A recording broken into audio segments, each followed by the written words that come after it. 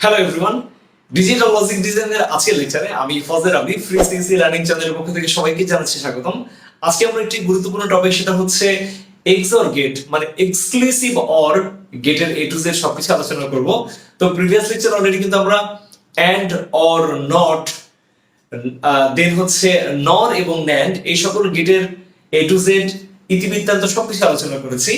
তো যদি না দেখে থাকেন অবশ্যই সেই ভিডিওগুলো দেখে নেবেন। আর ফর দ্য ফার্স্ট টাইম যারা আমাদের চ্যানেলে আসেন তাদেরকে বলছি অবশ্যই আমাদের চ্যানেল সাবস্ক্রাইব করে নেবেন। সাবস্ক্রাইবার আমাদের চ্যানেলের জন্য খুব বেশি জরুরি এবং সাবস্ক্রাইবারই আমাদের চ্যানেলের প্রাণ শক্তি। তো আমাদের আলোচনার এজেন্ডা সেটা হচ্ছে এক্সঅর গেট। তো এক্সক্লুসিভ অর যে গেটটা, সেই গেটটা সাধারণত বিভিন্ন পারপাসে ব্যবহার করা হয়ে থাকে। অ্যাডার সার্কিটে, বিভিন্ন অ্যারিথমেটিক লজিক ইউনিটে, এরকম মোটামুটি যে গেটগুলো, এটি advance gate, that means basic গেটের থেকে একটু অ্যাডভান্স, সেই সকল জায়গাতে কিন্তু ব্যবহার করা হয়, যেখানটাতে আউটপুট প্রডিউস হয় কিভাবে, যে যদি আমাদের অড নাম্বার অফ ওয়ানস কোথাও থেকে থাকে তাহলে সেখানে কিন্তু আউটপুট ওয়ান আসবে, আদারওয়াইজ বাকি সকল কেসে জিরো হবে। তা আমরা এখানে দেখি যে আমাদের এক্সক্লুসিভ অর যে গেট, সেই গেটকে প্রকাশ করা হয়ে থাকে কিভাবে। আমাদের এই গেটের চেহারা হচ্ছে এরকম, যেখানে এই গেটটা আমাদের সাপোজ দুইটা যদি ইনপুট নিয়ে থাকে এক্স এবং ওয়াই ভেরিয়েবল, তাহলে আমাদের এখানে ফাংশনের যে আউটপুটটা প্রডিউস হবে কিভাবে, X prime Y plus X Y prime.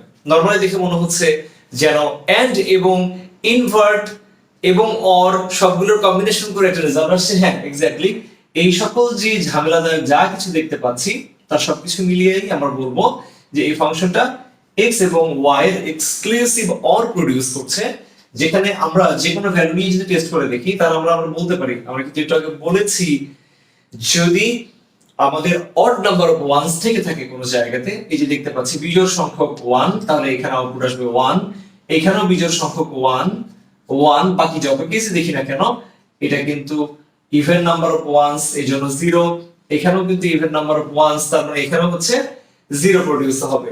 তো আমরা যেটা করি, যে কোনো একটা ভ্যালু নিয়ে আমরা টেস্ট করে দেখতে পারি। সাপোজ 0 এবং 1, তার মানে আমরা বলছি x এর ভ্যালু যদি 0 এবং y এর ভ্যালু যদি 1 নেই, তাহলে কি হচ্ছে, উপরে এই জায়গাটাতে আমরা টেস্ট করে দেখি, x prime that means 1 into 1 plus এখানে কি হচ্ছে 0 ইনটু 0 1 এর প্রাইম, তার মানে হচ্ছে 0, আলটিমেটলি কিন্তু আমরা 1 ই আউটপুট পাচ্ছি। তাহলে এখানে আমরা দেখতে পেলাম যে 1 আউটপুট পাচ্ছি। তাহলে মোটামুটি আমরা আমাদের ফাংশনটা সম্পর্কে জানলাম এবং ট্রুথ টেবিলটা সম্পর্কে স্ট্রাকচার জানলাম। তাহলে এখানে কিন্তু অনুসিদ্ধান্ত বলে দেওয়া যায় যে if number of ones in input is odd, only then আমাদের আউটপুটটা কেমন হচ্ছে, 1 হচ্ছে, আদারওয়াইজ আমরা কি পাচ্ছি, আউটপুট কিন্তু 0 পাচ্ছি। সেটা কিন্তু আমরা অলরেডি লিখলাম, এই বিষয়টা কিন্তু এটাই অনুসিদ্ধান্ত। তাহলে আমাদের কিছু নরমাল যে প্রপার্টিজ এক্সক্লুসিভ অর, যেটাকে আমরা বলছি এই গেটের প্রপার্টিকে ডিফাইন করার জন্য, তো কি কি করা যেতে পারে, লাইক একটা আমরা দেখি যে আমরা আমাদের exclusive or that means XOR gate নিলাম, তাহলে কি করতে পারি, আমরা বললাম যে যদি x নিয়ে সেই x ইনপুটকে আমি যদি শর্ট করে দেই, তাহলে কি হচ্ছে, x এবং x এসে আউটপুটে পড়ছে, সেই ক্ষেত্রে কি ঘটবে একটু দেখি খেয়াল করে। যদি x নেই এবং x কে শর্ট করে সেম ভ্যালু যদি প্রডিউস করি, আউটপুট কত হচ্ছে 0 1, সাপোজ x এর ভ্যালু 1, শর্ট করলেও কিন্তু 1, তাও কিন্তু কি হচ্ছে, রেজাল্ট 0 হচ্ছে। তাহলে এখান থেকে আমি আউটপুট কেমন পাবো, আউটপুট পাবো কিন্তু 0। সো প্রথম অনুসিদ্ধান্ত বলতে পারি x এবং x এর যদি আমাদের কি হয়, এক্সক্লুসিভ অর হয়, আমরা রেজাল্ট পাবো 0। ওকে, দেন পরবর্তীতে আমরা কি হচ্ছে, আরো একটা কেস আমরা দেখে নেই, যে আমরা সাপোজ কোন ভ্যালু x দিচ্ছি এবং আমরা ইনপুট হিসেবে 0 কে ফিক্স করে দিচ্ছি। ওকে, ইনপুট হিসেবে 0 কে ফিক্স করে দিচ্ছি, তাহলে আমরা কি পাচ্ছি, আমরা কি বললাম, আমরা 0 কে ফিক্স করে দিচ্ছি, দ্যাট মিন্স যে b এর জায়গা যেটা 0 কে ফিক্স করলাম, এখানেও 0 কে ফিক্স করে দিলাম, তাহলে সেই ক্ষেত্রে কি হচ্ছে, x আউটপুট পাচ্ছি কিন্তু x, তার মানে 0 দিলে 0 আউটপুট পাচ্ছি, এখানটাতে 1 দিলে 1 আউটপুট পাচ্ছি। তাহলে আমি কি বলবো, f ইকুয়াল টু তখন কিন্তু x হয়ে যায়।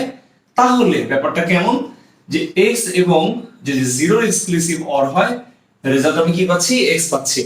তার মানে এই ক্ষেত্রে কিন্তু আমার এই যে এক্সক্লুসিভ অর যে গেটটা সেটা কিন্তু বাফারের মতো কাজ করছে। তাহলে আমি কি জানি বাফারে কি হতো, সাপোজ কোন একটা ভ্যালু আমি যদি x দিয়ে থাকি তাহলে এখান থেকে কিন্তু ডিরেক্ট x এর রেজাল্ট সরাসরি চলে যেত। ওকে, তাহলে সেটা বাফারের মতো কাজ করতে পারে যখন জিরো আমি করে দিচ্ছি এবং x এর ভ্যালুটাকে x এর মতো করে রাখছি। তিনে আরেকটা কেস আমি দেখতে পারি এক্সক্লুসিভ অরের আরো একটা ঘটনা, যে সাপোজ আমি x এর ভ্যালু যাই দিই না কেন 1 কে যখন আমি ব্যবহার করব তাহলে কি বললাম, যে আমি 1 দিচ্ছি এখানটাতে, লাইক এই যে 1 এখানটাতে কি দিচ্ছি, 1 দিচ্ছি, আবার এখানেও আরেকটা আমি 1 দিচ্ছি। তাহলে 1 এবং 1 আমি যখন একটা ফিক্সড করে দেই সেক্ষেত্রে 0 এর জন্য 1 পাচ্ছি এবং 1 এর জন্য 0 পাচ্ছি। তার মানে 2 নাম্বার এবং 4 নাম্বার যে কেস, যে ঘটনাটা, তাহলে আমি বলবো f ইকুয়াল টু x এর প্রাইম পাই কোন কোন ক্ষেত্রে, যখন x এবং 1 এর যখন এক্সক্লুসিভ অর হয় তখন x এর প্রাইম পাই। তাহলে সেই ক্ষেত্রে এটা কিন্তু আমার ইনভার্ট গেট যে কাজটা করে, যে x এর যে কোনো একটা ভ্যালু আমি যদি দেই তাহলে x এর প্রাইম হয়ে বের হয়ে আসে।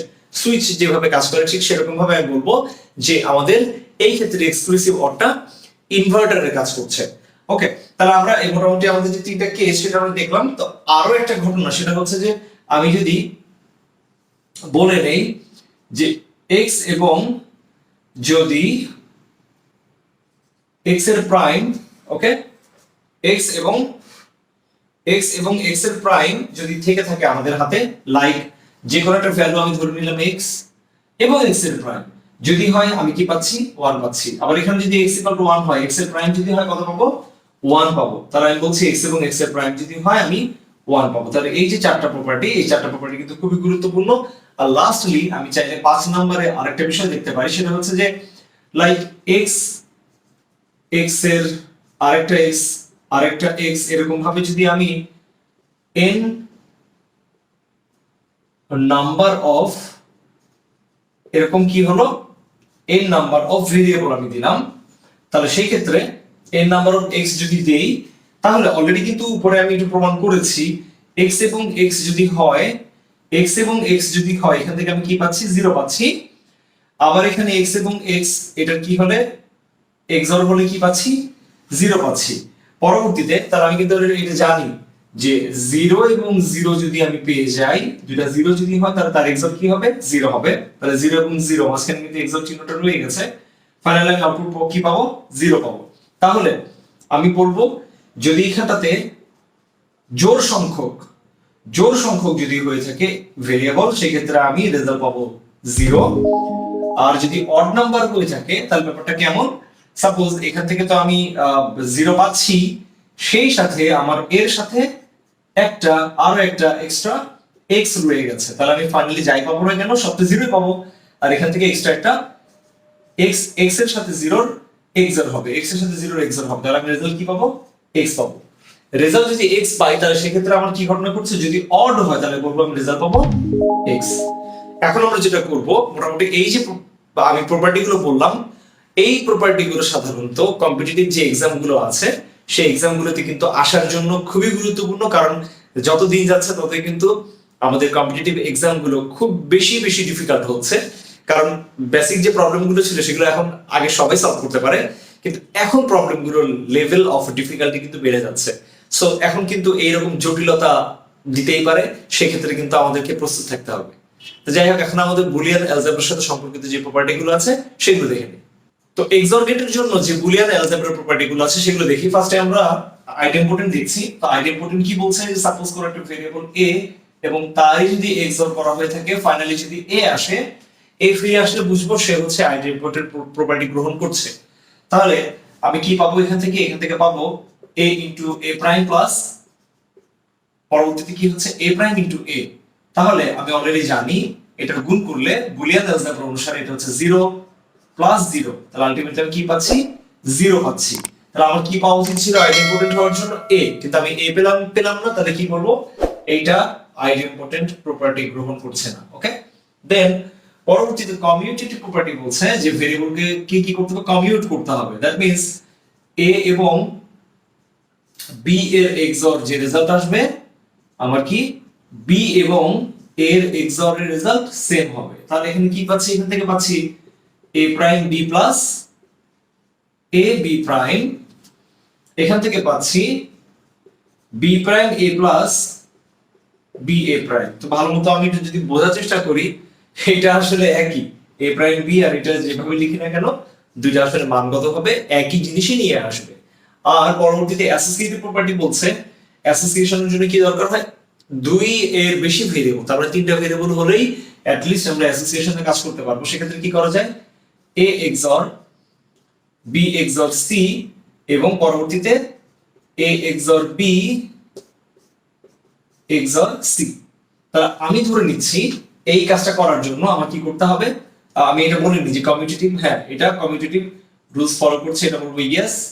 এই অ্যাসোসিয়েশনের জন্য বলছি এ এর ভ্যালু নিব 1, বি এর ভ্যালু 1 এবং সি এর ভ্যালু নিব 0, এভাবে টেস্ট করব। নইলে আমার এখন যদি এটাকে ভেঙে ভেঙে কাজ করি আমার কিন্তু খুব বেশি ডিফিকাল্টি তৈরি হবে। তাহলে আমরা কি করছি, 1 লেফট হ্যান্ড সাইডে যেটা কি পাচ্ছি 1 এক্সর 0, আর নিচে এখান থেকে পাচ্ছি 1 এক্সর 1 এক্সর 0। তাহলে এখান থেকে কি পাচ্ছি, এখান থেকে পাচ্ছি 1 এর সাথে কার এক্সর হবে, এখান থেকে 1 এবং 0 যদি এক্সর হয় আমি কি পাবো 1 পাবো, এবং আমি জানি দুইটা সেম ভেরিয়েবলের এক্সর হলে সেখান থেকে 0 আসবে। সো লেফট হ্যান্ড সাইড পাচ্ছি 0, 1 এবং 1 এর এক্সর হলে এখান থেকে পাচ্ছি 0 এবং এখানকার এক্সর হচ্ছে 0। তাহলে 0 0 এক্সর যদি হয় আমি সেখান থেকে কি পাবো 0 পাবো। যেহেতু দুইটা ভ্যালু সেম পাচ্ছি তার অবশ্যই বুঝবো এটা অ্যাসোসিয়েটেড প্রপার্টি গ্রহণ করছে, ইয়েস।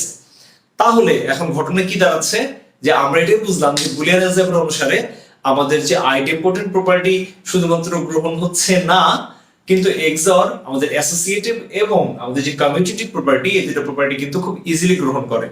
তো যাই হোক এই লেকচারটা এই পর্যন্ত রাখতে হচ্ছে। নেক্সট লেকচারে কিন্তু আমরা আমাদের যে এক্সক্লুসিভ অরের যে টাইমিং ডায়াগ্রাম বা ওয়েভ ফর্ম এবং এট দ্য সেম টাইম এটার যে পিন কনফিগারেশন, দুই ধরনের পিন কনফিগারেশন সাধারণত বাজারে খুব বেশি পপুলার, সেগুলো নিয়ে আমরা আলোচনা করব।